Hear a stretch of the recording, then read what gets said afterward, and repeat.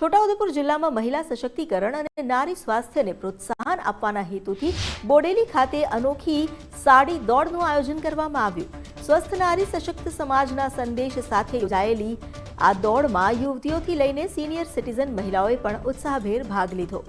Marathon દોડ 2.0 અંતર્ગત નારી સ્વાસ્થ્ય પ્રત્યે જાગૃતિ કેળવવા, મહિલાઓનો આત્મવિશ્વાસ વધારવા તેમજ મહિલા સશક્તિકરણના વ્યાપક સંદેશ સાથે જિલ્લા કલેક્ટર ગાર્ગી જૈનના માર્ગદર્શન હેઠળ બોડેલી ખાતે સ્વસ્થ નારી સશક્ત સમાજના સૂત્ર સાથે ભવ્ય સાડી દોડનું આયોજન કરાયું।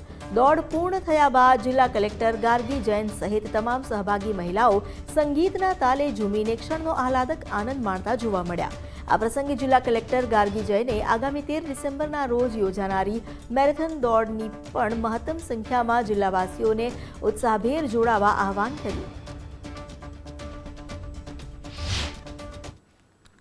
આપણા વડાપ્રધાન શ્રીના ફિટ ઇન્ડિયા કેમ્પેન અને આપણા મુખ્યમંત્રી શ્રીના ફિટ ગુજરાત કેમ્પેનના ભાગરૂપે છોટાઉદેપુરમાં 13મી ડિસેમ્બર દોડ 2.0 એટલે છોટાઉદેપુર મેરેથોનની સેકન્ડ ઇનિંગ્સના આયોજન કરવામાં આવી રહ્યું છે। એના પ્રી ઇવેન્ટના ભાગરૂપે આજે બોડેલી ખાતે સાડી દોડના આયોજન કરવામાં આવ્યું છે, જેમાં આશરે 1500 જેટલી મહિલાઓ સાડી પહેરીને બહુ ઉત્સાહ સાથે દોડ્યા હતા અને આપણે બધા અહીંયા જોઈ શકીએ કે 7-8 વર્ષની દીકરીથી 17 વર્ષ સુધીની મહિલા જે છે એકદમ ઉત્સાહપૂર્વક બહુ ફાસ્ટ સ્પીડમાં બધા બહુ સારી રીતે દોડમાં પાર્ટિસિપેટ કર્યું હતું।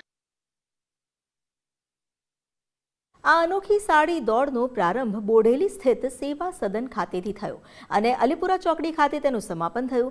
ભારતીય સંસ્કૃતિ અને પરંપરાની ઓળખ સમાન સાડી પરિધાન કરીને દોડેલી મહિલાઓએ ફિટનેસ, શક્તિ અને એકતાનું અદ્ભુત ઉદાહરણ પૂરું પાડ્યું। આ દોડમાં યુવતીઓ ઉપરાંત સિનિયર સિટીઝન મહિલાઓ પણ ઉત્સાહપૂર્વક જોડાઈ। દોડ દરમિયાન વિવિધ કાર્ટૂન કેરેક્ટર્સે મહિલા દોડવીરોનું મનોરંજન કરી તેમનો ઉત્સાહ બમણો કર્યો।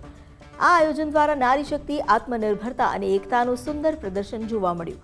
આ કાર્યક્રમમાં જિલ્લા વિકાસ અધિકારી સચિન કુમાર, મદદનીશ કલેક્ટર મુસ્કાન નાગર, જિલ્લા વહીવટીતંત્રના વિવિધ અધિકારીઓ, કર્મચારીઓ તેમજ મોટી સંખ્યામાં મહિલા દોડવીરો ઉપસ્થિત રહ્યા। બહુ જ સરસ ફિલિંગ થાય છે અને આગળ જે આવનારી મેરેથોનમાં બી પાર્ટિસિપેટ કરીશ, એમાં બી ફર્સ્ટ લાવવાનું ટ્રાય કરીશ।